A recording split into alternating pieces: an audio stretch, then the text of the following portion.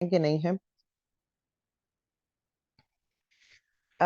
Students interested हैं कि नहीं है। सबसे पहले ये बताएंगे कि मास्टर्स प्रोग्राम के डिफरेंट प्रोग्राम्स हैं जो सबसे ज़्यादा कॉमनली स्टूडेंट्स फोकस करते हैं। मास्टर्स के दो फोकसेस होते हैं। 90% 99% यही फोकस होता है कि हम किसी ऐसी कंट्री में मास्टर्स अप्लाई करें जहां हम वर्क परमिट लेके सेटल हो सकें। ठीक है, तो उसके लिए सर्टेन कंट्रीज हैं कि किनको फोकस करना चाहिए और कहाँ ट्रांजिशन आसान है। दूसरा ये फोकस होता है कि नहीं जी, हम सिर्फ एकेडमिक करियर को फोकस करेंगे और वहां के बाद फिर दुनिया में जहां भी हमें अपॉर्चुनिटी मिलेगी we are open to that. ठीक है, वो ज्यादा ट्रेनिंग प्रोग्राम्स होते हैं, फेलोशिप्स होती हैं और इस तरह के प्रोग्राम्स होते हैं जहां आप फोकस करते हैं। ठीक है, अब अगर सबसे पहला स्टेप आपका ये है कि जब आप मास्टर्स के लिए, पोस्ट ग्रेजुएशन के लिए फोकस करें तो आप कहाँ जाना चाहेंगे। एप्लीकेशन आपका पहला स्टेप है, लेकिन उस एप्लीकेशन से भी पहले ये है कि कौन सी कंट्री, कौन सी रीजन में आप अपनी एप्लीकेशन या अपना प्रोग्राम फोकस करें। सबसे पहले मैं पर्सनली कहूंगी कि एप्लीकेशन प्रोसेस से लेके एक्सेप्टेंस रेट, एक होता है एक्सेप्टेंस रेट, यूके या यूरोप का सबसे हाईएस्ट है। क्यों? इसकी दो वजूहात हैं। एक तो ये कि ये कंट्री, यूके से लेके यूरोपियन कंट्रीज जो है, वो मास्टर्स के स्टूडेंट्स, पाकिस्तानी स्टूडेंट्स को ज्यादा एक्सेप्ट करती हैं, क्योंकि एक तो ये कि इनकी डिग्रीज को मानते हैं, ज्यादातर बैचलर्स प्रोग्राम को एक्सेप्ट करते हैं। ना सिर्फ ये, बल्कि इनकी कॉमनवेल्थ के थ्रू स्कॉलरशिप प्रोग्राम्स है और सर्टन पॉलिटिकल बेसिस पे भी एक कोटा सिस्टम या उनका एक एजेंडा है कि जहां से उनको इतने स्टूडेंट्स पाकिस्तान से, इतने स्टूडेंट्स इंडिया से, इतने स्टूडेंट्स अफ्रीका से लेने होते हैं हर साल अपने डिफरेंट प्रोग्राम्स में, in order to keep their show running. ठीक है, as compare to other countries जैसे कि यूएसए हो गया, कनाडा हो गया, I am not very sure about Australia, लेकिन इनकी अगर मैं मार्केट की बात करूं तो दे डोंट हैव कॉमनवेल्थ और ना ही वो इतने डिपेंडेंट होते हैं कि वो पाकिस्तानी स्टूडेंट्स को लें।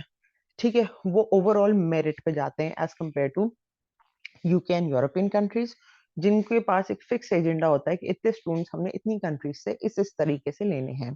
तो chances of acceptance into UK countries, UK या European countries, is far more than other countries. एक बात। दूसरी चीज जो है, मास्टर्स प्रोग्राम, हम एक बात करें कि यूके में या यूरोपियन कंट्रीज के मास्टर्स प्रोग्राम की एप्लीकेशन की फीस नहीं होती है, यानी कि there is no fees for application. आपको आइलेट्स देना है, अपनी एप्लीकेशन बिल्डअप करनी है, प्रोग्राम चूज करना है, लेकिन उसके बाद जो एप्लीकेशन प्रोसेस है उसमें आपकी कोई फीस नहीं होती है। दैट मीन जीरो फीस के साथ आप आगे बढ़ सकते हैं। ठीक है जी। एज कम्पेयर टू दूसरे प्रोग्राम्स जैसे कि यूएसए है, कनाडा है, इन सब की एटलीस्ट $100 होती है, जो कि पाकिस्तानी 20 से 30 हज़ार रुपए होती है। यानी कि एप्लीकेशन फीस का मतलब है आपको कोई रिस्पॉन्स आता है कि नहीं आता है, apart from the IELTS program. Normally जब आप एप्लीकेशन भेजते हैं तो आप किसी एक यूनिवर्सिटी में नहीं भेजते, 7 to 8 एप्लीकेशन आपकी टारगेट होनी चाहिए, या उससे भी ज्यादा अगर हम फोकस करें तो 4 to 5 एप्लीकेशन ईयर फोकस्ड होनी चाहिए in order to apply for your masters program और your any other post graduate program. तो आप ये हिसाब लगा लें कि अगर आप यूएसए या यूके या कनाडा की, सॉरी, यूएसए या कनाडा या दूसरी कंट्रीज की उसमें डाल रहे हैं और आपकी 30-30 हज़ार रुपए की जो है एक एक एप्लीकेशन है, आपने 7 एप्लीकेशन की, तो it's a lot of money, जहाँ का रिटर्न का कोई आपको वो नहीं है कि जी आपको रिटर्न आएगा कि नहीं आएगा, रिस्पॉन्स आएगा कि नहीं आएगा।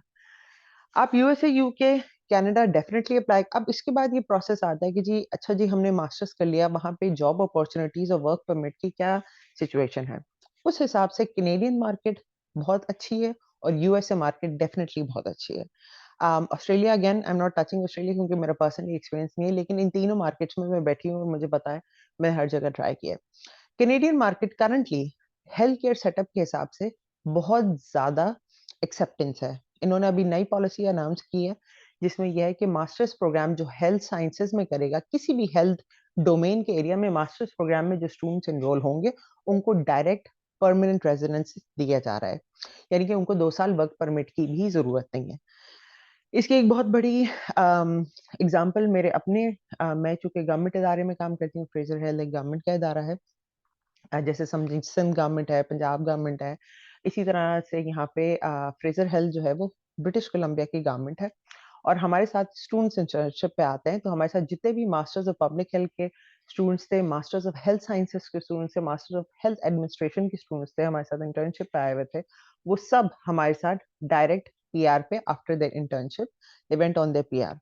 उसकी कुछ शराइत होती हैं बट लेकिन उनको 2 साल पूरे नहीं करने होते हैं। और अगेन जब मैंने उनसे इंटरव्यू किया और पूछा तो उनको उन्होंने ये बताया कि ये कोविड के बाद से कनाडा ने पॉलिसी अनाउंस की है कि जी हेल्थ साइंसेज़ में या हेल्थ प्रोग्राम्स में जो-जो स्टूडेंट्स एनरोल होंगे, वो सब के सब डायरेक्ट जो हैं उस पे आ जाया करेंगे पीआर पे। So that's one thing. ठीक है जी। Um social sciences definitely social sciences भी हेल्थ साइंसेज़ के अगर आप डोमेन में लेके जाएँ, सोशल साइंसेज़ की भी बहुत सारी ब्रांच है, what are you referring to? अगर सोशल वर्कर के तौर पे देख रहे हैं आप अदर जैसे कि साइकोलॉजी के प्रोग्राम्स देख रहे हैं, तो ये सब भी बेसिकली हेल्थ सोशल साइंसेज़ और हेल्थ साइंसेज़ एक डोमेन में आते हैं। लेकिन पर्टिकुलरली हेल्थ साइंसेज़ जो आता है जी psychology is definitely considered into health sciences, तो ये भी पॉलिसी है, लेकिन उसके अलावा आप कन्फर्मेशन फर्दर कर सकती हैं अपने अपने कॉलेज और यूनिवर्सिटी के साथ। अच्छा, मैं आपको स्टेप वाइज़ इन सब चीज़ों के बारे में बताऊँगी कि किस तरह से आप एक अच्छे प्रोग्राम में लैंड कर सकते हैं विद द कन्फर्मेशन कि ये आपको कहाँ लेके जाएगा। ठीक है? तो ये मैंने आपको चीज़ें अच्छा दूसरा बात ये है कि as compared to UK, UK is a close market जहाँ पे आपको हेल्थ केयर सिस्टम में घुसना या जॉब लेना हेल्थ केयर सिस्टम में कंपैरेटिवली मुश्किल है। ठीक है? लेकिन अगेन नामुमकिन नहीं है, हमारी अपनी जो हमारे साथ डॉक्टर तैयबा होती हैं, हमारी अपनी टीम के पहले भी जब मैं ये काउंसलिंग सेशंस यानी कि इस तरह के करियर सेशंस करती थी, तो Taiba was one of the students या one of the students who were looking to go Taiba ने जो है वो आज तैयबा है नहीं हमारे साथ वरना वो अपनी स्टोरी भी सुनाती कि किस तरह से उन्होंने सऊदीया से हम लोग डिस्कशंस करते थे, इसी तरह जैसे आज आप लोग बैठे हैं। उन्होंने यूके एमपीएच के लिए अप्लाई किया, वो 2 साल वहाँ ग्लासगो में उनको एडमिशन मिला 1 साल का। उन्होंने अब 1 साल से वो जॉब कर रही हैं यूके में और अब वहीं पे शी इज़ सेटलिंग देयर, ठीक है? तो कहने का मकसद ये नहीं कि इट्स ऑलवेज़ द केस लेकिन it's harder as compared to other countries जो इमिग्रेशन ओपन होती हैं। यूके अभी इमिग्रेशन ओपन नहीं है सिवाय क्लिनिकल साइंसेज़ के जहाँ तक मेरी इन्फॉर्मेशन है, एक बात। दूसरा अब जो है यूएसए। यूएसए का एक सबसे बड़ा इश्यू ये है कि यूएसए आपका एक्सेप्ट तो कर लेता है क्योंकि यूएसए इंटरनेशनल स्टूडेंट्स बहुत ज़्यादा लेता है। क्योंकि यूएसए का जो सबसे बड़ा चैलेंज है आपका एज़ एन इंटरनेशनल स्टूडेंट है, उसकी फीस जो है वो बहुत-बहुत महँगी है as compared to the rest of the world. यानी कि यूएसए के प्रोग्राम्स दुनिया भर में सबसे महँगे तरीन प्रोग्राम्स हैं। वो आपको फ़ॉरेन ले लेगा, बहुत यूनिवर्सिटीज़ हैं। बहुत प्रोग्राम्स हैं, वर्क परमिट भी दे देगा और उसके अलावा आप वहाँ जो है कहते यही हैं जो एक्सेप्टेंस रेट है इनटू जॉब एंड अदर उसमें जो है हेल्थ साइंसेज़ अगेन वो एक अच्छा वो है। By health sciences we mean social sciences, psychology and other areas हम इस वक़्त सबको कवर करें। इवन आईटी और कंप्यूटर की फील्ड में भी यूएसए में एक्सेप्टेंस जॉब रेट में after your degree is a lot. यानी कि कहते हैं कि बहुत अच्छी रेट है क्योंकि वहाँ के इंटर्नशिप प्रोग्राम्स और यूनिवर्सिटीज़ जो हैं वो इस तरह से डिज़ाइन्ड होती हैं कि वो आपको हेल्थ फोर्स में जो है इनकॉर्पोरेट कर लेती हैं। लेकिन जो सबसे बड़ा इस वक़्त चैलेंज हमारे साथ है यूएसए का जो सबसे बड़ा चैलेंज होता है कि यूएसए जो है वो one of the most expensive तरीन यूनिवर्सिटीज़ है। मेरा अपना प्रोग्राम जो था मास्टर पब्लिक हेल्थ यूएसए का है और वो महँगा तरीन प्रोग्राम था। मुझे ये बेनिफिट था चूँकि मैं कैनेडियन सिटीज़न थी, तो मुझे जो है वो ग्रांट मिल गई थी। ग्रांट ये होती है कि आप गवर्नमेंट को कहते हैं कैनेडियन गवर्नमेंट को कि जी मुझे इतने पैसे दे दें, मैं इतने अरसे में आपको दे दूँगा या कुछ वो होता है और ये सेटिंग होती है तो उसमें से आपकी आधी फीस तकरीबन जो है आपको देनी पड़ती है, आधी उसकी सेटिंग होती है यानी कि इट्स अनदर स्टोरी कि ग्रांट का क्या होता है। लेकिन ये कि मुझे फाइनेंशियल सपोर्ट थी, इसलिए मैंने यूएसए का प्रोग्राम लिया। कहने का मकसद ये अगर उसके बगैर मैं लेती तो तकरीबन 2 साल का जो मेरा मास्टर्स था, वो पाकिस्तानी 1 करोड़ रुपए का था, which is a very straight forward blunt thing. ठीक है, दूसरा ये भी था कि मैं चूँकि कनाडा में ही थी और मैंने जो है लोन लेके जो स्टूडेंट लोन होता है प्लस ग्रांट लेके स्टूडेंट्स ग्रांट लेके उसके 1 साल में ही जॉब की तो मैं जो हूँ डॉलर टू डॉलर पे कर रही थी, तो मुझे बहुत ज़्यादा आसानी थी। एज़ कम्पेयर टू जब आप स्टूडेंट होके वहाँ जाते हैं, तो आप सिर्फ़ पार्ट टाइम जॉब कर सकते हैं। ये भी कुछ चीज़ें हैं जो मैं आपको समझाऊँ।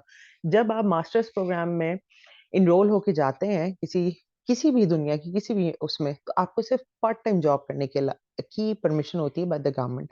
Bye part time means 20 hours a week. ठीक है? और अमूमन ये मिनिमल जो है आवर्स पेइंग जॉब होती है कंसिडरिंग कि स्टूडेंट वीज़ा होता है आपके पास। ठीक है जी? अनटिल अनलेस कि आपका बैकग्राउंड बड़ा स्ट्रॉन्ग हो और वो बैकग्राउंड आपका कैसे स्ट्रॉन्ग हो सकता है? Research is definitely one of the ways to strengthen your resume जो प्रोग्राम्स हम शॉप पे भी करवा रहे हैं। दूसरा ये है कि आपका कम्युनिटी वर्क बड़ा स्ट्रॉन्ग हो, वो आपको बहुत अच्छी लैंडिंग्स देता है जॉब में, चाहे वो पार्ट टाइम ही क्यों ना हो और आगे की भी रिज़्यूमे में हेल्प करता है। और तीसरी ये है कि आपके पास प्रोजेक्ट मैनेजमेंट और लीडरशिप का एक्सपीरियंस हो, which again helps you with great job landing initially early on. कहने का मकसद ये है कि आप सिर्फ किसी यूनिवर्सिटी में अगर आप बाहर मूव होना चाहते हैं अच्छे उसके साथ, आपका इससे फ़र्क नहीं पड़ता कि आपका करंट सिर्फ़ क्या है। अगर आप वाक़ई you want to make sure कि जी आप पैसे भी खर्च करें, एफ़र्ट भी करें, घरवाले भी आपको सपोर्ट करें एंड इट्स अ प्रोसेस, तो उसमें आप पहले से होमवर्क करके वहाँ जाएँ। That is your best shot, ठीक है? उससे ये होता है कि ना सिर्फ़ आप अच्छी यूनिवर्सिटी जाते हैं, उसके अलावा आप जॉब्स में बड़ी आसानी से ट्रांज़िशन कर जाते हैं। ठीक है जी। आज हम ज़्यादातर बात करेंगे कि कौन-सी यूनिवर्सिटीज़ किस तरह से टारगेट की जाएँ। अब अगेन मैंने आपको ओवरव्यू बताया, आइल्स आपको हर हालत में देना होगा, हर यूनिवर्सिटी की रिक्वायरमेंट है। एक होता है जनरल आइलेट्स जो कि इमिग्रेशन के लिए यूज़ होता है, दूसरा आइलेट्स जो होता है वो एकेडमिक आइलेट्स होता है। यूनिवर्सिटी प्रोग्राम्स के लिए आपको एकेडमिक आइलेट्स चाहिए होगा।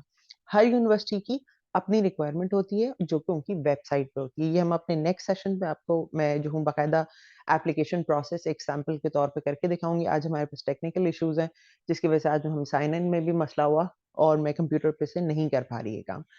तो मेरे कंप्यूटर से एक्सेप्ट नहीं कर रहा वो ज़ूम के अकाउंट को। तो इसलिए आज हम ये नहीं कर पाएँगे। नेक्स्ट टाइम मैं आपको एक जैसे रोल प्ले के तौर पे ये सिखाऊँगी कि किस तरह से कहाँ एप्लीकेशंस देखी जाती हैं।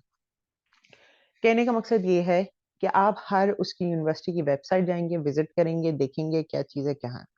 कुछ चीज़ें मैं अलबत्ता आपको वैसे ही बता सकती हूँ कि आपका क्या किस तरह से क्या है। दूसरा ये है कि एक कुछ लोग बहुत सारे लोग मुझे अप्रोच करते हैं, वो ये कहते हैं जी हमें हमारा मकसद इमिग्रेशन हासिल करना है। देखिए याद रखें कि पोस्ट ग्रेजुएशन स्टडीज़ की 2 अप्रोचेज़ होती हैं। एक तो ये है कि जी मुझे करियर बनाना है, एक ये होता है जी मुझे करियर के साथ जो है ऐसी जगह जाना है जो कि इमिग्रेंट फ्रेंडली हो। यानी कि मैं वहाँ जो है अपना वहीं फिर जाके सेटल हो जाऊँ उस कंट्री में। उस हिसाब से मैंने आपको बताया यूके जो है वो आपका एक्सेप्टेंस रेट अच्छा है। अम, आपको स्कॉलरशिप्स बहुत मिल जाती हैं। यूके का ये भी एडवांटेज है कि कॉमनवेल्थ स्कॉलरशिप इवन जो है ऑनलाइन मास्टर्स के लिए भी हैं, डिफरेंट मास्टर्स के लिए भी हैं, वो आपको स्कॉलरशिप्स के लिए आप अप्लाई कर सकते हैं। डायरेक्टली एचईसी में जाने की ज़रूरत नहीं है। मैं खुद कॉमनवेल्थ स्कॉलरशिप होल्डर हूँ और मैंने डायरेक्टली उनकी वेबसाइट पे अप्लाई किया था and I was awarded 50% of my जो है उसमें है और लास्ट ईयर पेंडेमिक की वजह से मेरी लास्ट ईयर की फीस भी माफ़ हो गई थी। कहने का मकसद ये है कि वहाँ पे प्रोग्राम्स फ्रेंडली हैं, आप अच्छी तालीम बहुत मयारी इंस्टीट्यूशन से one of the best university से हासिल कर सकते हैं यूके से। लेकिन अगेन जॉब पर्सपेक्टिव्स वहाँ कंपैरेटिवली लिमिटेड हैं या ट्रांजिशनिंग इनटू या settling into UK is far more harder, ठीक है? मुश्किल काम है। अगेन नामुमकिन नहीं है, मुश्किल है। लेकिन एज़ कम्पेयर टू कनाडा अगर जहाँ मैं बैठी हूँ, यहाँ पे आपको 90% जो स्टूडेंट्स आते हैं, वो यहाँ सेटल हो जाते हैं। अच्छा उसकी एक क्या तरीक़ेकार है, अच्छा अगर हम अब कंपेयर करें कैनेडियन मार्केट को, यूएसए मार्केट को और यूके की मार्केट को, तो कैनेडियन मार्केट का एक बहुत बड़ा जो हिस्सा है, वो इंडियन स्टूडेंट्स लेके जाते हैं। इंडियन स्टूडेंट्स क्यों लेके जाते हैं यहाँ पे कैनेडियन मार्केट को? उसकी मार्केट को, उसकी वजह ये है कि वो लोग हायर यूनिवर्सिटीज़ को टारगेट नहीं करते। कहने का मकसद ये है कि university of Toronto, university of British Columbia में इंटरनेशनल स्टूडेंट, खास तौर पे पाकिस्तानी स्टूडेंट्स की सीट्स बहुत लिमिटेड है। एक शायद स्टूडेंट आता है यहाँ पे। दूसरी यूनिवर्सिटी साइमन फ्रेज़र है। कहने का मकसद ये है कि बड़ी-बड़ी यूनिवर्सिटीज़ हैं जिनमें एडमिशन का चांस बहुत कम होता है। अगर आप यहाँ इमिग्रेशन के पर्सपेक्टिव से आ रहे हैं, तो यहाँ डिफरेंट कॉलेजेस हैं और हम उसको दोबारा टच करेंगे कहाँ है कि आप उसमें एडमिशन बहुत आसानी से ले सकते हैं और यहाँ आके वर्क परमिट लेके सेटल हो सकते हैं। That's one thing. यूएसए में भी सिमिलर अप्रोच है कि यूनिवर्सिटीज़ जो हैं वो बहुत बड़ी-बड़ी हैं, लेकिन उसमें जो है जो सबसे बड़ा इश्यू है कि वो बहुत ज़्यादा एक्सपेंसिव है, मार्केट अच्छी है आपकी जॉब की और एक्सेप्टेंस रेट इनटू जॉब अच्छा है और ट्रांज़िशन फिर आपका परमानेंट रेज़िडेंस और उसमें जो है वो एक बहुत लंबा है लेकिन फिर भी कंपैरेटिवली ईज़ियर है एज़ कम्पेयर टू यूके। अब हम थोड़ा-सा अगर टच बेस करें इन सब बातों में कि सबसे ज़्यादा इम्पोर्टेंस किस चीज़ की है, ये आपका पहला स्टेप। एक तो ये है कि you need to find the right program. आप कौन से प्रोग्राम में जाना चाहते हैं, ठीक है जी। बहुत सारे लोग ये करते हैं कि अक्सर बेशतर उनका क्लिनिकल बैकग्राउंड होता है या फिर हेल्थ साइंसेज़ का बैकग्राउंड होता है या फिर सर्टेन बैकग्राउंड होता है, वो उससे बिल्कुल चेंज करके मास्टर्स प्रोग्राम ले लेते हैं क्योंकि जी फलाना मास्टर्स प्रोग्राम बहुत मशहूर है या फलाना यूनिवर्सिटी बहुत मशहूर है या फलाना किसी ने हमें बताया and that is why they go for it. याद रखें कि आपका acceptance rate into university is based on your current resume, ठीक है। और अगर आपकी रेज्यूमे आपके प्रोग्राम को सपोर्ट नहीं कर रही, तो it's very tough to get into that program, ठीक है। तो इसीलिए एक्सेप्टेंस रेट आपका कम हो जाता है। तो पहली बात ये है to find the right program. अगर आपकी एक तो इंटरेस्ट है, लेकिन एक आपका बैकग्राउंड है, आपका बैचलर्स है, आपका एक्सपीरियंस है, आपकी रिसर्च है, आपका वॉलंटियर वर्क है, आपकी एज फैक्टर आता है, the younger you are with all these things, the better chances you have getting accepted into an international university। एक बात। दूसरा यही है कि आप आईलेट्स लाजमी है। आईलेट्स की तैयारी किस तरह करनी है, लॉट्स ऑफ यूट्यूब वीडियोस है, उसके सब भी हैं। मैंने बेसिकली एक यूट्यूब का वो है, उससे करके की थी, मैं उसका लिंक शेयर कर दूंगी। लेकिन उसकी एक डिफरेंट वो है कि बाहर आईलेट्स आपने करना है, एकेडमिक करना है, वो एक आपका फर्स्ट स्टेप है। उसके बाद जो है डेफिनेटली आपने अपनी रेज्यूमे पे काम करना है। रेज्यूमे राइटिंग, कि आपने कैसी रेज्यूमे का सैंपल लिख के आपने उसको यूनिवर्सिटी को सबमिट कराया है। और तीसरा जो बात आती है, वो आपकी आता है लेटर ऑफ इंटेंट, जिसकी बेसिस पे आपका फाइनल डिसीजन होता है कि आया आप एक्सेप्ट होंगे यूनिवर्सिटी में कि नहीं होंगे। कुछ यूनिवर्सिटीज आपसे इंटरव्यू भी लेती हैं, सुपरवाइजर होता है, और ये सब चीजें आपस में एक दूसरे से जुड़ी हैं। That is your resume. Resume मतलब आपका करंट एक्सपीरियंस, आपका करंट जीपीए वगैरह, जो उसकी यूनिवर्सिटी की रिक्वायरमेंट है। उसके अलावा आपके लेटर ऑफ इंटेंट कि आप ये क्यों करना चाहते हैं, आप उस यूनिवर्सिटी में क्यों करना चाहते हैं। The letter of intent is the basis of your acceptance. वो शो करता है आपका past experience related to your future experience, कि आप पहले क्या करते रहे हैं और आने वाले दिनों में क्या करेंगे, और ये प्रोग्राम आपको, कोई यूनिवर्सिटी का प्रोग्राम कैसे हेल्प करेगा। तो ये एक बिल्कुल जेनेरिक ओवरव्यू है। लेटर ऑफ इंटेंट लिखने का तरीकाकार होता है, ठीक है जी। इसके टेम्पलेट्स हैं, हम आपसे शेयर करेंगे। लेटर ऑफ इंटेंट कैसे लिखा जाता है, सैम्पल्स हैं। आने वाले सेशंस में हम इस चीज को डिस्कस किया करेंगे। रेज्यूमे, एक तो रेज्यूमे एक फैक्ट है, सही है जी। हमने इस साल में इस दिन फलाना बैचलर्स प्रोग्राम किया, फलाना जी डिग्री हासिल की, फलाना इतने मार्क्स आए, और इतना ये काम किया, ये एक चीज है। एक रेज्यूमे होती है जो करंटली आपके ना सिर्फ आपकी अचीवमेंट जो आपने अभी तक अपनी डिग्री और अपने एकेडमिक्स को शो किया था, बल्कि आपकी स्किल सेट को शो करती है, आपकी achievement. That is some sort of publication, some sort of research work, some sort of community work that you have done, but also supporting mentorship and how you write it down on that piece of paper। वो सब align होता है आपके letter of intent के साथ। और letter of intent जो होता है वो बेस्ड होता है प्रोग्राम के लिए, ठीक है। अगेन ये हम आपको नेक्स्ट टाइम सैम्पल करके दिखाएंगे। आज के लिए अपॉलॉजीज, क्योंकि हमारा आज टेक्निकल इशू है, तो हम इस चीज को शेयर नहीं कर सकेंगे आपके साथ। कहने का मकसद ये है कि हर चीज एक दूसरे से जुड़ी हुई है।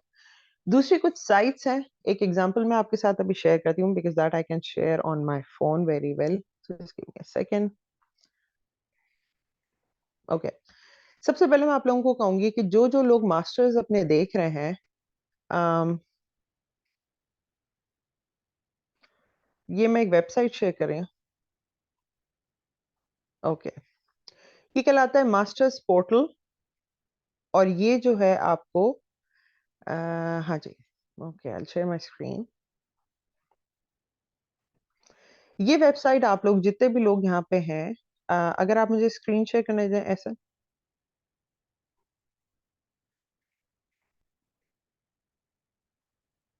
जी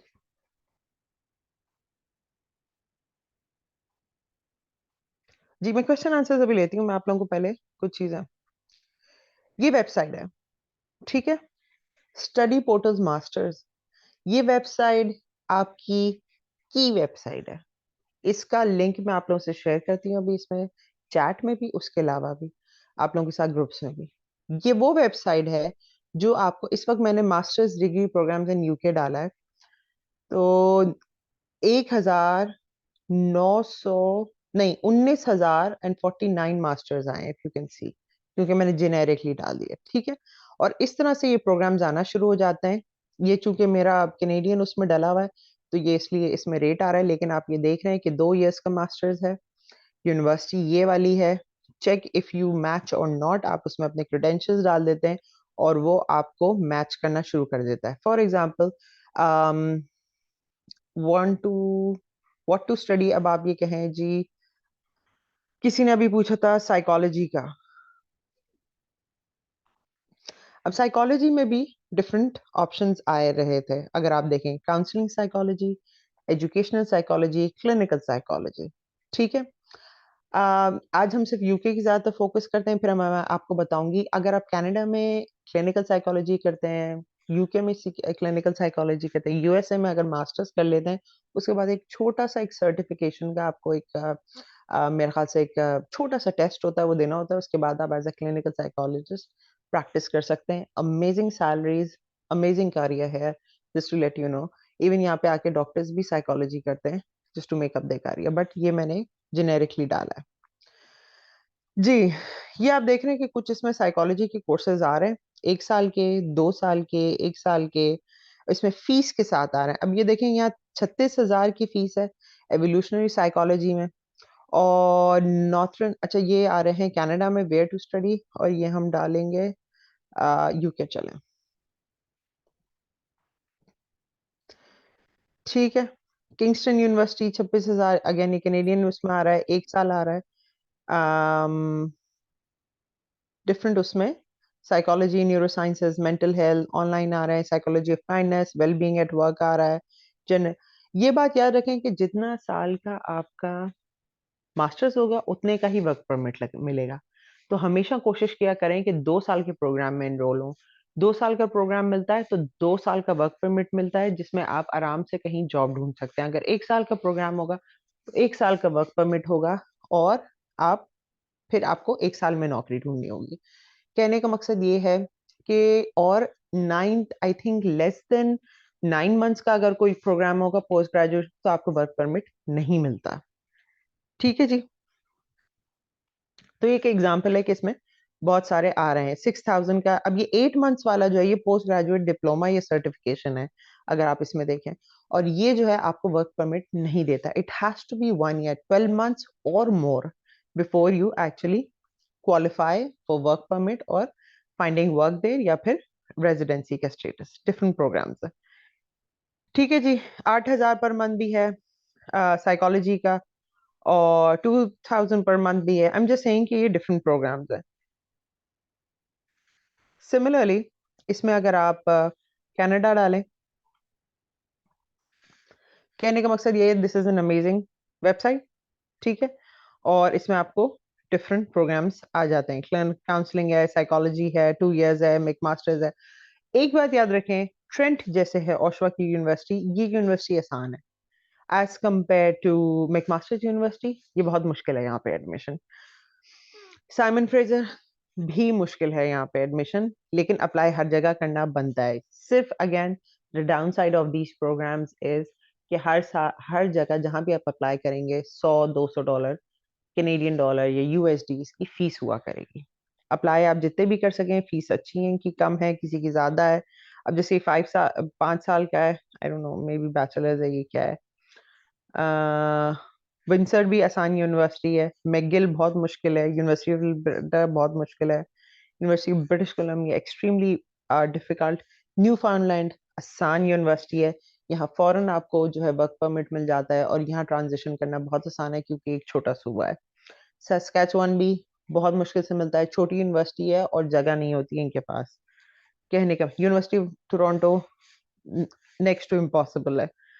ओके, लीडबर्ग, not very sure about this. Okay, so this is an example. अब वो लोग जो मेडिकल के प्रोफेशनल से हैं, they have a lot of option. जिसे कहते हैं public health, for example, is one way to start your career. Public health की बहुत सारी यूनिवर्सिटीज होती हैं। इट इज जस्ट एन एग्जांपल। कनाडा नहीं, कनाडा में पब्लिक हेल्थ में घुसना नेक्स्ट टू नामुमकिन है। ये लोग नहीं देते एडमिशन। इनकी सिर्फ 20 सीट होती है एक सूबे की, जो कि इनकी नर्सेज या डॉक्टर्स लेके जाते हैं। इंटरनेशनल स्टूडेंट्स के लिए इनके पास जगह नहीं होती है। आ, तो हमने इसमें डाला है जी, अप्लाइड पब्लिक हेल्थ है। ग्लोबल पब्लिक हेल्थ बहुत अच्छी फील्ड है। पब्लिक हेल्थ, सोशल जस्टिस है, डिफरेंट फील्ड है। कहने का मकसद ये कि ये वेबसाइट बहुत अच्छी है, और मैं आपको डिफरेंट एग्जांपल्स दे रही हूँ। दूसरी एक और है, बहुत सारे लोग जिसमें जो उसमें इनरोल होते हैं वो है क्लिनिकल रिसर्च या फिर हेल्थ साइंसेज में मास्टर्स जो होता है। यूके के मास्टर का ये फायदा है कि ये बहुत अच्छा एकेडमिकली स्ट्रांग होता है एज कम्पेयर टू यूएसए के जो मास्टर्स प्रोग्राम्स हैं। कनाडा के मुझे नहीं पता है, यूएसए के जो मास्टर्स प्रोग्राम है वो ज्यादातर प्रैक्टिकल अप्रोचेस बेस्ड होते हैं, रिसर्च ओरिएंटेड नहीं होते। ये भी बल्कि मैं आपको बताऊंगी कि किस तरह से क्लिनिकल रिसर्च के प्रोग्राम्स लंबे होते हैं, इसमें जॉब्स आपको बहुत जल्दी फौरन मिल जाती है। तो ये जो मास्टर्स प्रोग्राम है ये सिस्टम में घुसने के लिए बड़े आसान है। ये साइकोलॉजी वाले भी ले सकते हैं, ये मेडिकल वाले भी ले सकते हैं, ये नर्सेज भी ले सकती हैं, ये जो है डेंटिस्ट भी ले सकते हैं, इसमें अप्लाई कर सकते हैं। बेसिकली आपका हेल्थ साइंसेज या सिमिलर सोशल साइंसेज का आपका बैकग्राउंड होना चाहिए and then you can apply for this. इसकी जॉब पर्सपेक्टिव्स बहुत बहुत अच्छे हैं क्लिनिकल रिसर्च के या रिसर्च ऑफ हेल्थ साइंसेज के, क्योंकि इसमें जो है एक्सपर्टीज एक सर्टन टाइप की चाहिए होती है जिसमें लोग बहुत मुश्किल से मिलते हैं। कहने का मकसद ये है। और इसमें जो लोग होते हैं वो इसी इसी की स्पेशलिटी में होते हैं, तो इसलिए वो प्रेफर करते हैं कि वो डायरेक्ट यूनिवर्सिटी से स्टूडेंट ले लें। तो क्लिनिकल साइंसेज है, क्लिनिकल रिसर्च है, health sciences, clinical health sciences के हैं, तो इसमें जो है अच्छे पर्सपेक्टिव्स होते हैं जी। तो एक minute, just give me a second, मैं आप लोगों के साथ शेयर करती हूँ। हाँ जी, I have some questions here I guess. जी, any questions here so far जिसको हम एड्रेस कर सकें?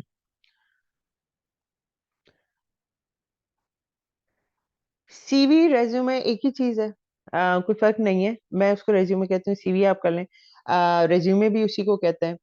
कहने का मकसद ये कि देखिए CV resume is your straight forward, और उसको मैं बताऊंगी आप लोगों को कि कैसे लिखा जाता है। उसका ये एक प्रोसेस है, आपको कौन से वर्ड्स यूज करने हैं, आपको क्या तरीका यूज करना है in order to be catchy there.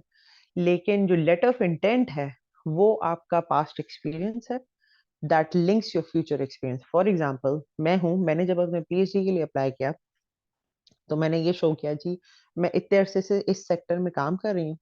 PhD के लिए मैंने कहा जी मेरी इंटरेस्ट जो है वो मेंटल हेल्थ है, डिजिटल प्लेटफॉर्म्स है। और क्यों है? चूंकि मैं इस एरिया में उस वक्त शॉप पे उसको मैं उस वक्त मैं शॉप डेवलप कर रही थी इस प्रोग्राम को। तो मैंने कहा जी मैं ऑलरेडी इस प्रोजेक्ट पे काम कर रही हूँ। मैंने अपने प्रोफेसर की, जो मेरे साथ को फाउंडर थे, एक और यूएसए के प्रोफेसर थे, उनके साथ मैं ऑलरेडी इन्वॉल्व थी एज अ वॉलंटियर इस प्रोसेस में। उन दोनों की लेटर ऑफ रेफरेंसेस लाई मैं, उन्होंने गारंटी ली कि ये कंपेटेबल है, कंपेटिटिव है, she can do this work. Plus मेरी इंटरव्यू हुआ और उसके बाद मुझे एडमिशन मिला। Yes, I forgot to mention letter of references. References आपके आर द लास्ट, कहते हैं ना, नेल इन द कॉफिन। और strong references make a huge difference in your application. जब आपका सुपरवाइजर या आपका प्रोग्राम ऐसे पॉइंट पे होता है कि जो उनको ये समझ नहीं आता कि ठीक है जी रेज्यूमे ठीक है, इसकी लेटर ऑफ इंटेंट भी समझ आ रहा है, ये भी आ रहा है, लेकिन फिर भी वी आर नॉट श्योर कि हम इस स्टूडेंट को लें या ना लें, तो उसके letter of references play that role. मुझे याद है कि मेरे सुपरवाइजर ने मुझे ये कहा था, मैंने 2 जगह अप्लाई किया था जिनमें से दोनों जगह मैं एक्सेप्ट हुई थी। एक एक यहाँ था यूबीसी में इन्होंने किया था मुझे, मैं फंडिंग की वजह से रही थी यहाँ पे। लेकिन जो यूके में भी था उन दोनों ने मुझे ये कहा कि आपके लेटर ऑफ रेफरेंसेस बहुत स्ट्रांग थे, यानी कि वो लोग जिन लोगों ने आपके साथ काम किया था उन्होंने आपकी गारंटी ली थी कि आपका काम बहुत अच्छा है।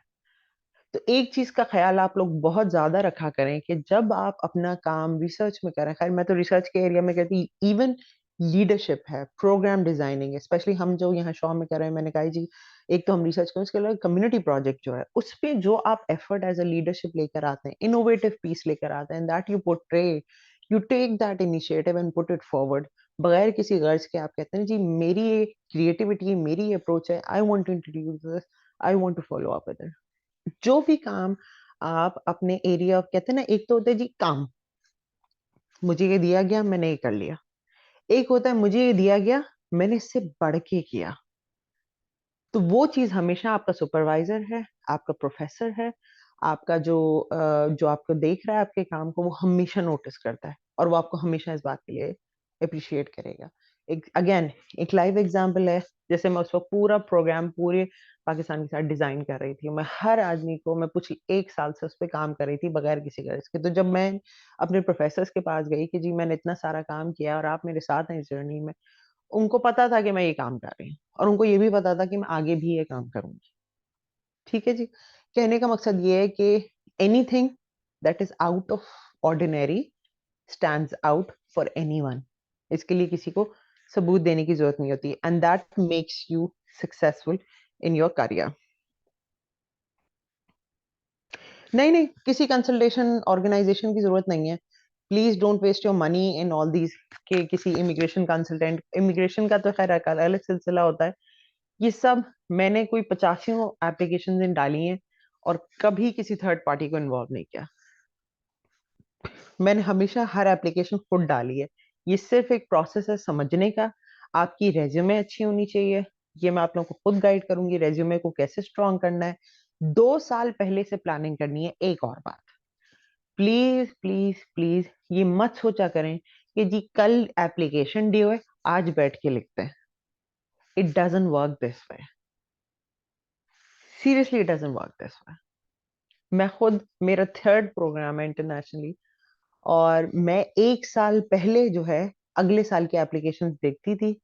प्लस ये भी करते हैं कि हर साल के जो एप्लीकेंट्स कामयाब होते हैं तो यूनिवर्सिटी उनके नाम डालती है और उनकी उनके टेस्टिमोनियल्स डालती है अपनी वेबसाइट पर. आप वो भी देखते हैं. तो मैं वो भी पढ़ती थी कि जी फलाना आदमी इसने क्या कैसा किया है कि ये प्रोग्राम में एक्सेप्ट हो गया, और मेरे पास क्या चीज है, ये मेरे पास क्या चीज नहीं है. How can I fill this gap. तो इट्स वर्क. बाकायदा यूनिवर्सिटीज में अप्लाई करना इस सेंस में कि जी मैं कामयाब हूं, plus I see a future they. It is work. It is not something that you say okay let's do it. No, it is actually an ambition. ये आपका आपका फ्यूचर है, और उसके लिए एटलीस्ट 1 साल का मार्जिन लाजमी है. जैसे अगर आप लोग थर्ड ईयर के स्टूडेंट हो और आप लोग थर्ड ईयर अभी स्टार्ट किया है, आपके पास थर्ड ईयर फोर्थ ईयर अपनी रेज्यूमे बिल्ड करने का, और आज से ही आपने अपने फ्यूचर के प्रोग्राम्स को देखना शुरू कर देना है. मुझे ऑक्सफोर्ड में जाना है, मुझे एडिनबरा में जाना है, मुझे जी यूनिवर्सिटी ऑफ शिकागो में जाना है, या मुझे किसी और यूनिवर्सिटी. ये आपको 1 साल पहले से सब देख के रखना है. जुलाई में एप्लीकेशंस ओपन होती हैं, सितंबर फर्स्ट वीक में एप्लीकेशंस बंद हो जाती हैं. जुलाई फर्स्ट को, जून और जुलाई इधर वे वर्क करता है, लेकिन ज्यादातर जून फर्स्ट या जुलाई फर्स्ट को जब ओपन होती है एप्लीकेशन, उस वक्त आपके पास सब रेडी होना चाहिए. आपका लेटर ऑफ रेफरेंस, आपका रेज्यूमे, लेटर ऑफ इंटेंट, आपके आईलेट्स. 2 साल का आईलेट्स होता है, 2 साल की आपके पास मार्जिन होनी चाहिए. उससे पहले आप 1-2 साल अपनी रेज्यूमे पे काम कर रहे हो या अपनी पोर्टफोलियो पे काम कर रहा हूँ, building yourself. How do you know LOR we are getting strong और नॉट.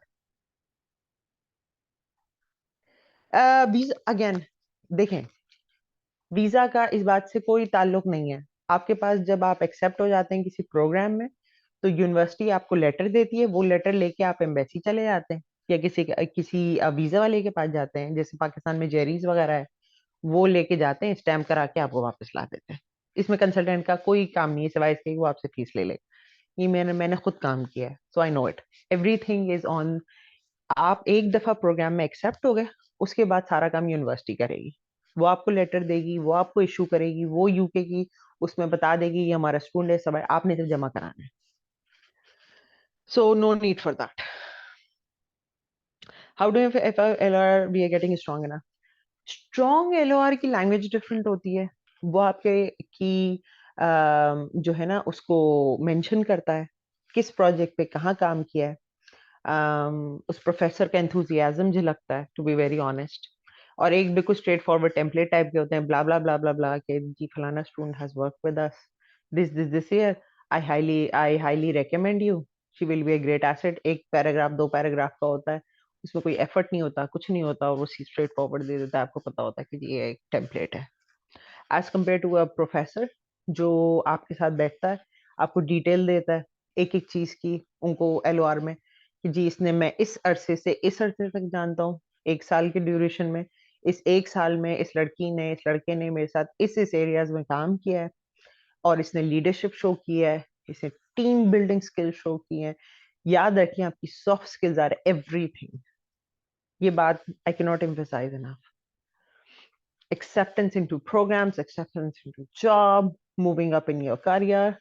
GPA वगैरह बहुत पीछे रह जाती है slowly slowly. It's all about your attitude. ठीक है. ओके. तो इस चीज से फर्क पड़ता है. आइल्स का ये देखें, OET तो सर्टन इदारे एक्सेप्ट करते हैं. अच्छा, एक और चीज बड़ी मजे की है, शायद आपको ये बात ना पता हो. यूके की यूनिवर्सिटीज एग्जेम्पशन देती हैं आइलेट्स पे, बहुत सारी यूनिवर्सिटीज हैं। अगर आपकी डिग्री इंग्लिश में है और लास्ट 5 इयर्स पे है, तो आप उनको एक लेटर देखते हैं और एग्जेम्पशन ऑफ आइलेट्स का एक सेक्शन होता है हर यूनिवर्सिटी पे, वो आप देखें कि क्या उनका क्राइटेरिया है। जैसे फॉर एग्जांपल जब मैंने यूनिवर्सिटी ऑफ एडिनबरा दिया था तो उन्होंने मेरा आइल्स एग्जेम्प्ट कर दिया था इस बेसिस पे कि मेरी डिग्री जो है वो इंग्लिश में है, और मैंने अपने एसएमसी से लेटर लिखवा लिया था कि मेरी जो 5 साल की एमबीबीएस की डिग्री है वो इंग्लिश में थी। तो मैंने वो सबमिट कराई थी और उसकी बेसिस पे मुझे एग्जेम्पशन मिल गई थी आइल्स से। तो ये बात याद रखें, बहुत सारी यूनिवर्सिटीज हैं जो आइल्स से आपको एग्जेम्पशन देती हैं, so don't worry about that. एक चीज, I mean do apply for that, examination जरूर देखें। दूसरा आइलेट्स जो है वो आप आइलेट्स दे सकते हैं, टोफल दे सकते हैं, वो उनका इंग्लिश प्रोफिशिएंसी टेस्ट है कि किसी भी ऐसी मुल्क में मूव करने से पहले जहाँ पे इंग्लिश बेसिक लैंग्वेज है कि आपको एटलीस्ट इतनी आती हो। दूसरा एक बहुत बड़ा इशू है कि एकेडमिक राइटिंग बहुत मुश्किल है। अब तो खैर एआई वगैरह चीजें आ गई हैं, but generally speaking academic writing is very different as compare to जो इंग्लिश हम बोलते या लिखते हैं। इसलिए भी उनको एक सर्टेन लेवल ऑफ इंग्लिश चाहिए होता है, इसलिए वो एकेडमिक्स आपसे लेते हैं। ओईटी आप यूनिवर्सिटी को रिक्वेस्ट भेजें कि जी मेरा मैं ब्ला ब्ला ब्ला उससे हूँ और मुझे ओईटी दे दें। अगर एक्सेप्ट करते हैं तो वो आपको बता दें। एक चीज, वन थिंग इज की, यूएसए और यूके दोनों जो हैं इंटरनेशनल स्टूडेंट्स फ्रेंडली हैं। यूके का फायदा ये है कि यूके की जो यूनिवर्सिटीज हैं, अगेन मैं अगर आपको बताऊं, कॉमनवेल्थ का है सिलसिला, कोटा सिस्टम है, प्लस जो है वो उनकी फीस नहीं होती। तीसरी बात, वो हाईली रिस्पॉन्सिव है आपकी ईमेल्स को। मैंने जितनी ईमेलें आई थिंक यूनिवर्सिटीज और इंस्टीट्यूशंस को किए, दुनिया में शायद किसी ने की हो। मैं एक एक चीज के लिए उनको ईमेल, उनका उनका नीचे लिखा होता है please contact us.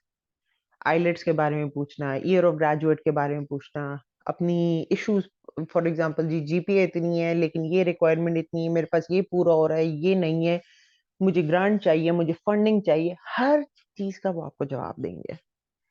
Just go and ask, इससे कोई टेंशन, उनकी रिस्पॉन्सिबिलिटी आपको जवाब देना। USA again highly responsive to your emails, आराम से आपको जवाब देंगे हर उसका। They are also international friendly, लेकिन वो इंटरनेशनल स्टूडेंट्स फ्रेंडली यूं है कि उनका कोटा नहीं है, वो आपसे फीस बहुत लेते हैं। तो उनको जी वो प्राइवेट सेक्टर टाइप का है कि जी फीस लेके वो आपको एडमिशन दे देते हैं। तो ये एक सिलसिला है वहां पे। जी यस, यस डेफिनेटली। अजरा ने मुझसे सवाल किया एलओआर्स फ्रॉम पाकिस्तानी का, यस एलओआर्स फ्रॉम एनीवन, लेकिन बेस्ट ये होता है कि उसकी कोई डेजिग्नेशन हो, जी फलाना प्रोफेसर है किसी यूनिवर्सिटी का, आपका कोई स्पेसिफिक सुपरवाइजर था विद अ सर्टेन डेजिग्नेशन है, किसी इंस्टीट्यूट का है, तो एवरीथिंग मैटर्स। यस एलओआर्स चाहे वो यूएसएमएलई के लिए हो, यूके प्लैब के लिए हो, मैच के लिए हो, everything, at least in my understanding, yes everything matters. मेरा जो है, मेरे जो को फाउंडर डॉक्टर इकबाल अफरीदी, उनका एलओआर गया था। अच्छा कभी कभी ये भी होता है कि कुछ इंस्टीट्यूशंस 3 एलओआर मांगते हैं कि 2 आपके प्रोफेशनल उसके हों कि आपने कोई काम किया है या किसी फैसिलिटी में आपने कोई वर्क किया है। नॉर्मली जो फ्रेश ग्रेजुएट्स होते हैं या वो होते हैं, उनके जो हैं वो क्या कहते हैं, वॉलंटियर वर्क से या उन्होंने कोई एक्स्ट्रा काम किया होता है उससे आते हैं, क्योंकि उनका प्रोफेशनल एक्सपीरियंस नहीं होता है। वरना जो पोस्ट ग्रेजुएट में ऑलरेडी कहीं किसी वेसिनिटी में काम कर रहे होते हैं तो उनके जो है जी वो वर्क एक्सपीरियंस से आते हैं। एक कहते हैं जी एकेडमिक लाजमी है। तो मेरा जो एकेडमिक पीएचडी के लिए गया था वो मेरा गया था वहां से, क्या कहते हैं, मेरे एमपीएच से गया था, मेरी एपिडेमियोलॉजी की प्रोफेसर है यूनिवर्सिटी ऑफ शिकागो की, उन्होंने दिया था। That's one thing. अच्छा एक और होता है कि कुछ एलओआर्स आपसे मांगते जाते हैं। जैसे जब यूनिवर्सिटी ऑफ एडिनबरा ने मुझसे एलओआर मांगा था कि आप एक एकेडमिक हो एक प्रोफेशनल, तो मैंने उनको कहा कि जी उस वक्त मैं 6-7 साल हो गए थे ग्रेजुएट किए हुए, तो मैंने कहा जी मेरा तो एकेडमिक प्रोफेसर, और मैं बाहर थी उस वक्त, मैं दुबई में थी, तो मैंने कहा जी मैं तो बाहर हूँ, मुझे तो नहीं पता मेरा प्रोफेसर कहाँ है, तो मैं क्या करूँ, मैं यूनिवर्सिटी तो नहीं जा सकती। तो उन्होंने कहा था फिर आप वर्क प्लेस या somebody that has worked with you, उनके एलओआर्स लाएं। तो कहने का मकसद ये है कि आपकी जो भी लिमिटेशंस हैं, परेशानी है, आप उनसे कांटेक्ट करें, उसको बयान करें, वो आपको सॉल्यूशन बताएंगे। Living expenses, no they don't. कोई यूनिवर्सिटी आपको लिविंग एक्सपेंसेस नहीं देती। सिर्फ अगर आप पीएचडी में इनरोल होते हैं तो उसमें आपको स्टाइपेंड मिलता है, सैलरी मिलती है, क्योंकि आप बेसिकली रिसर्च प्रोजेक्ट पे काम कर रहे होते हैं और साथ साथ में पढ़ रहे होते हैं, तो वो बहुत मिनिमल होती है, लेकिन वो आपको स्टाइपेंड मिलता है। लिविंग एक्सपेंसेस नहीं होता, ना ही प्लेस होती है। प्लेसेस वो आपको भेज देते हैं, लिंक्स वगैरह। बाकी हम शॉप पे भी कोशिश करें, नेक्स्ट ईयर हमारा प्रोग्राम आ जाएगा जिसमें हम आपको ये सपोर्ट करेंगे कि आप कहाँ कहाँ रहने जा सकते हैं, कहते हैं अफोर्डेबिलिटी के साथ, लेकिन ये यूनिवर्सिटीज प्रोवाइड नहीं करती। हाँ जी, any more questions around this? आज अगेन अपॉलॉजीज, हमारा टेक्निकल इशू है। नेक्स्ट टाइम हम एक ही कंट्री लेके चलेंगे, प्लस हम आप लोगों को भी इन्वॉल्व करेंगे, किसकी क्या इंटरेस्ट है। अगर क्लिनिकल्स हैं, अच्छा जो लोग क्लिनिकल उसमें हैं, जो उसमें अप्लाई करना चाहते हैं, खास तौर पे यूएसएमली हुआ, प्लैब हुआ, उसकी सीरीज हम सेपरेटली करेंगे ताकि जो क्लिनिकल वाले हैं वो आ सके।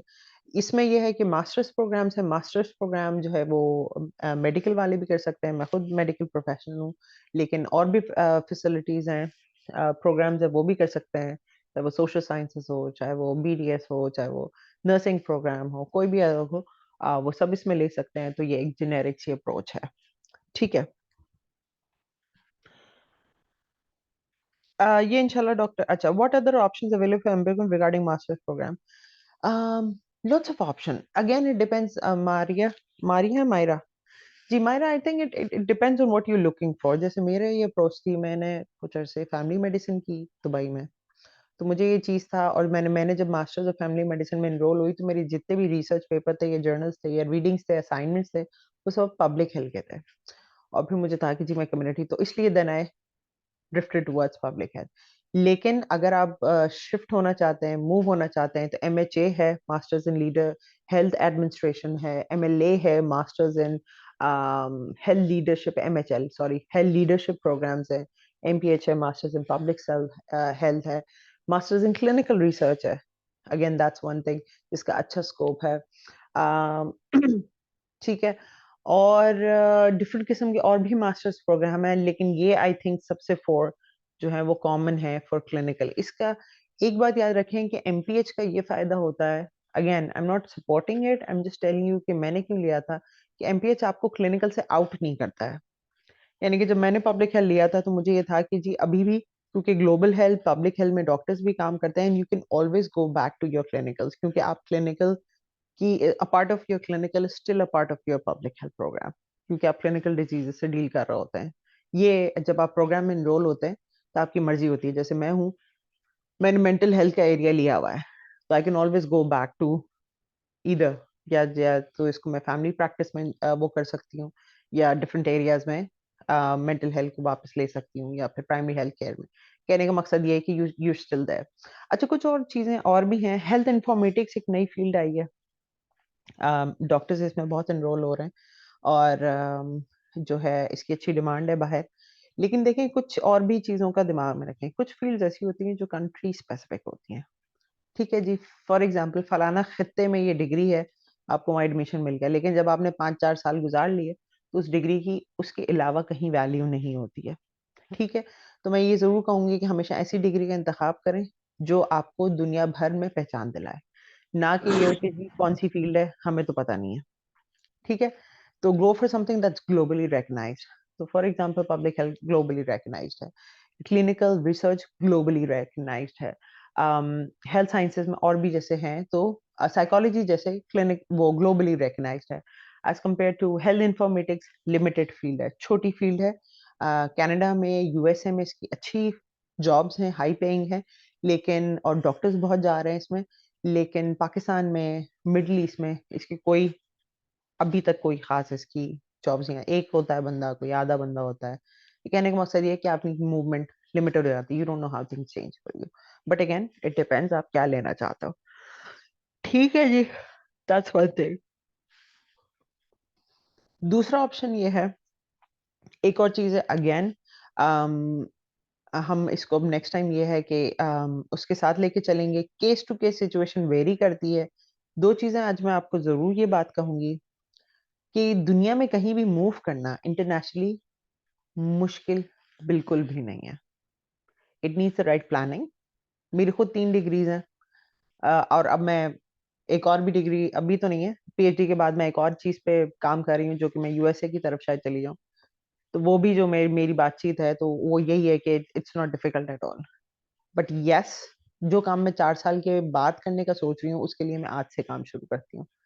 फ़र्क सिर्फ इतना है कि you need to do the right planning, you need to have the right ingredients. देखिए, वही बात है कि खाना पकाने के लिए मैं अक्सर ये एग्ज़ाम्पल देती हूँ कि मसाले होंगे, प्याज़ होगी, तेल होगा, लहसुन होगा, अदरक होगा, गोश्त होगा, तभी कोरमा बनेगा, वरना नहीं बन सकता। ठीक है? कोई एक भी इंग्रीडिएंट मिसिंग है, फॉर एग्ज़ाम्पल गोश्त मिसिंग है, तेल मिसिंग है, प्याज़, कोरमा नहीं पक सकता। उसके बाद आपकी एक्सपेक्टेशन हो जी it didn't turn out well, या हमें नहीं मिला एडमिशन, तो फिर ये इसमें किसी और की फॉल्ट नहीं है। You didn't prepare well. आने वाले उसके लिए 1 साल पहले आपने तैयारी करनी है। प्लीज़ प्रीमेच्योर अपने पैसे ज़ाया ना करें। सबसे पहला स्टेप आइल्स दें, किसी को भी जाना है। जो लोग क्लिनिकल भी कर रहे हैं, प्लैब देना चाह रहे हैं, ओईटी दें, जो डिफरेंट उस पे जा रहे हैं, आप लोग सबसे पहले अपना लैंग्वेज प्रोफिशिएंसी का करें, ये लाज़मी होता है। एक बात, आपने आइल्स जमा किया, कूल। उसके बाद दूसरी चीज़, कौन-सी यूनिवर्सिटीज़ हैं जो आपकी जीपीए या आपकी कंट्री, आपकी डिग्री उसके हिसाब से और फीस स्ट्रक्चर के लिहाज से अफोर्डेबिलिटी में आती हैं, और something that you see as achieving one thing. फिर आप उनको टारगेट करें, लिमिट करें, यानी कि अगर 100 हैं तो उनमें से 4, 5, 6 आपने निकालनी है, ठीक है? फिर नेक्स्ट अप्रोच ये होती है कि जी आपने फिर getting the paper work, resume रखना। रेज़्यूमे में मैं अगर ये सोचती हूँ जी मुझसे पहले वाले जो गए हैं ना, उस लड़की ने यूएन में जॉब की हुई थी, उस लड़की ने ये एक्सपीरियंस किया था, उस लड़की की इतनी पब्लिक, मैं ऐसा क्या कर सकती हूँ कि जी वो मुझे सेलेक्ट करना है। फिर मुझे अपनी रेज़्यूमे बिल्ड करनी है। तो मैं ये कर सकती हूँ जी 1 साल का टाइम है, this is what I can do. ठीक है, फॉर एग्ज़ाम्पल मैंने कम्युनिटी वर्क किया, फॉर एग्ज़ाम्पल मैंने रिसर्च वर्क किया, फॉर एग्ज़ाम्पल मैंने किसी फलाना-फलाना इदारे में जाके काम किया, फॉर एग्ज़ाम्पल मैंने इतने स्टूडेंट्स को मेंटर किया, फॉर एग्ज़ाम्पल मैंने इतने स्टूडेंट्स को सपोर्ट किया, मैंने तो बेसिकली ये सब क्राइटेरियाज़ होते हैं कि टीम वर्क क्या है, जो हम आप लोगों को अक्सर अपने उसमें भी सिखाते हैं, टीम वर्क। और कुछ चीज़ें ऐसी भी होती हैं जो हम कर रहे होते हैं, हमें रियलाइज़ नहीं होता। फॉर एग्ज़ाम्पल आप लोग जो स्टूडेंट्स हमारे ग्रुप प्रोग्राम्स में एनरोल हैं, वो टीम वर्क कर रहे हैं, ठीक है? वर्किंग विद उसको लिखने का तरीका, working with a diverse group of students in order to have a better understanding of different values and cultures that they bring, ठीक है? Supporting each other, respecting each other, working. तो ये चीज अगर आप सिर्फ ये पॉइंट लिखेंगे, तो this is actually skill set. आपको पूरा प्रोजेक्ट लिखने तो एक बात है, उसमें से भी क्या क्या सीखते हो आप वो भी लिखो। आप लोग और भी बहुत कुछ लाइफ में कर रहे होगे जो आपको एहसास ही नहीं होगा कि that is bringing value to your life, ठीक है? एक दफ़ा मुझे याद है कि हमारे साथ एक लड़की थी, मास्टर्स प्रोग्राम में, वो बड़े अरसे के ब्रेक के बाद आई। तो उसने जो इंटरव्यू दिया था प्रोफ़ेसर को, उसने कुछ एक्सपीरियंस था लेकिन वो कहीं-कहीं मिसिंग थी। तो उसने कुछ गैप था उसका। तो उसने लिखा जी मल्टीटास्किंग। तो मुझे याद है वो मेरे साथ थी, और जब वो निकली थी इंटरव्यू के बाद, मास्टर्स के इंटरव्यू था उसका प्रोग्राम में, तो उसने मुझे बताया था कि उसका जो पूछा गया कि मल्टीटास्किंग में आपका क्या एग्ज़ाम्पल है या क्या एक्सपीरियंस है? She said I am a mother. मैं घर के 50 काम, बच्चे देखती हूँ, बाहर जाती हूँ, ये करती हूँ, ये करती हूँ। मेरे से ज़्यादा मल्टीटास्किंग कौन हो सकता है? And the professor said you are right, that is an excellent example of multitasking.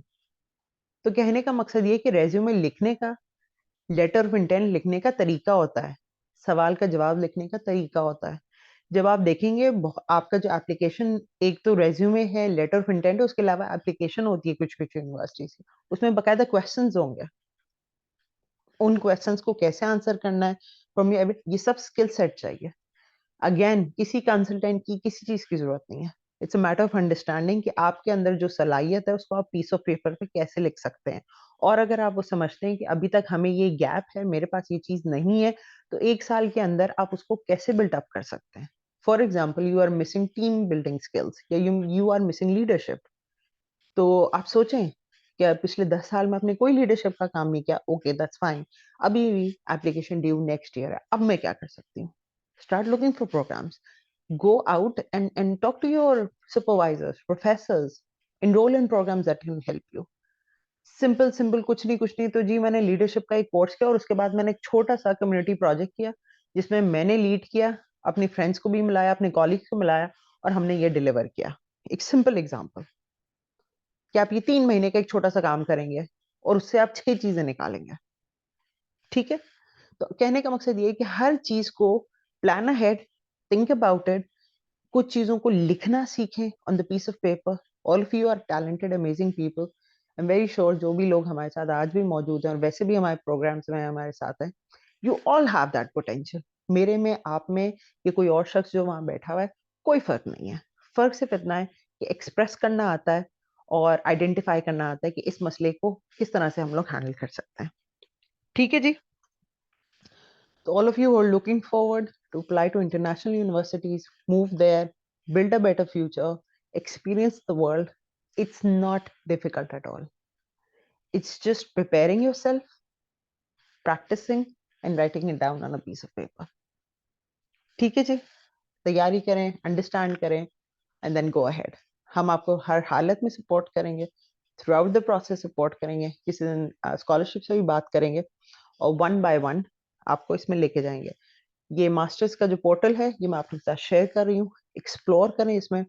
Fees को देख के डरने की जरूरत नहीं है, लेकिन हाँ, something that you think that you can definitely, कि भाई हाँ जी, ये हमारे एरिया में आती है। अगर हम स्कॉलरशिप भी अप्लाई करते हैं, स्कॉलरशिप भी मैं बताऊंगी किस तरह से लेनी है। मैंने 2 दफा स्कॉलरशिप्स ली हैं, एक दफा कॉमनवेल्थ ली है और एक दफा जनरल यहाँ की कम्युनिटी हेल्थ की स्कॉलरशिप ली है। नेक्स्ट ईयर भी मैं फंडिंग के लिए अप्लाई कर रही हूँ।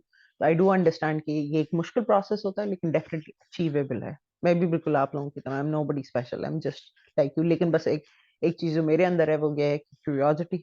मैं चीजें डिग करती रहती हूँ, इसका क्या है, इसका क्या है, इसका क्या है, यहाँ क्या है, यहाँ क्या है। और मैंने कभी किसी की हेल्प नहीं ली। मैंने, मतलब कि हेल्प से मुराद है, मैंने कोई कंसल्टेंसी कभी नहीं की।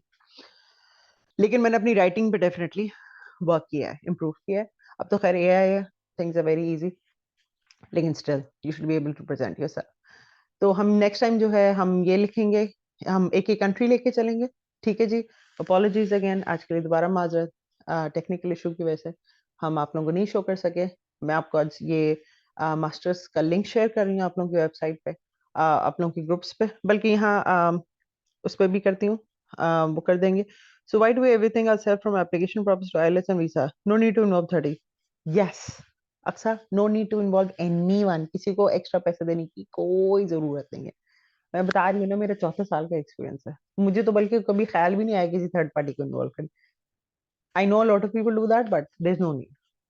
हर चीज वेबसाइट पे है, हर चीज इलेक्ट्रॉनिकली है। आप माशाल्लाह खुद पढ़े लिखे हो, you can do your own work.